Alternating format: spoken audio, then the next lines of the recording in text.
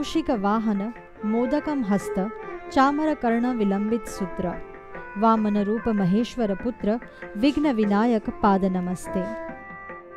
मंगल मूर्ती श्री गणेशाच्या आगमनाची वेळ झाली आहे व तयारी सुरू झाली आहे त्यांच्या स्वागताची।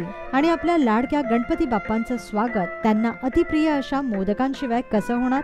म्हणूनच खास गणेशोत्सवाच्या निमित्ताने आम्ही तुमच्यासाठी घेऊन आलोय 11 प्रकारच्या नैवेद्यांचे मोदक।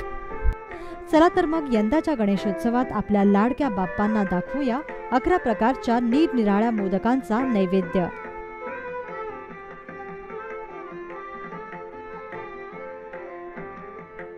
आज आपण बनवणार आहोत सुक्या खोबऱ्याचे तळणीचे मोदक। सुक्या खोबऱ्याचे तळणीचे मोदक बनवण्यासाठी आपल्याला लागेल 1 वाटी सुके खोबरे, अर्धी वाटी गूळ, 1 वाटी खसखस, 1 वाटी खजुराचा गर, 4 ते 5 नग हिरवी वेलची, 1 वाटी गव्हाचे पीठ,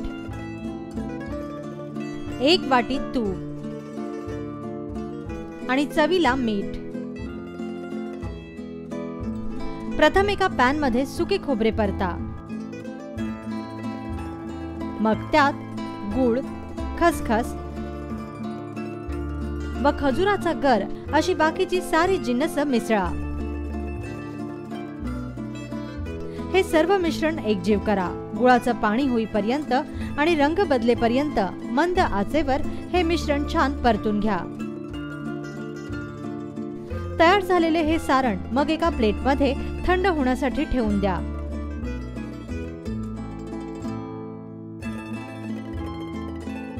व यात वरून तूप सोडा व वेलची पूड घाला।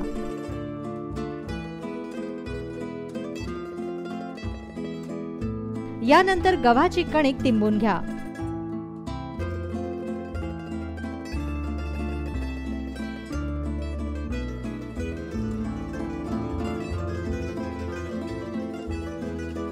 मग गव्हाच्या या कणकेचे लहान गोळे करून याच्या लहान लहान अशा पाऱ्या लाटून घ्या।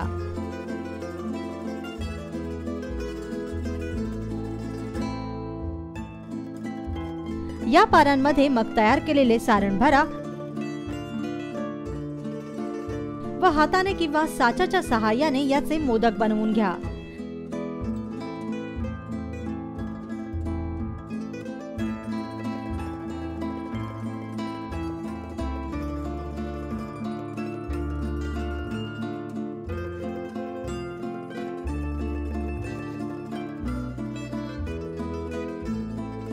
यानंतर एका खोलगट कढईत साजूक तूप गरम करा आणि तयार केलेले हे मोदक छान सोनेरी रंगावर खरपूस तळून घ्या।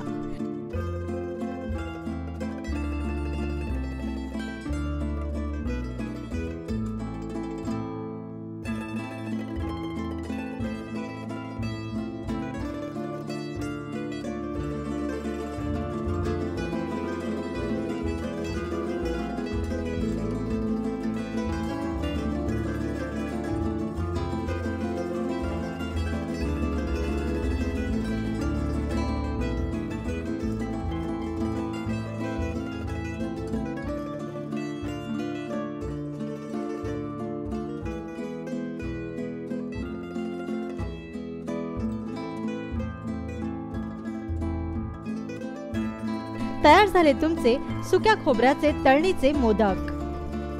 यानंतर सर्वात अखेरीस तळणीच्या या मोदकांचा आपल्या लाडक्या बाप्पांना नैवेद्य दाखवा।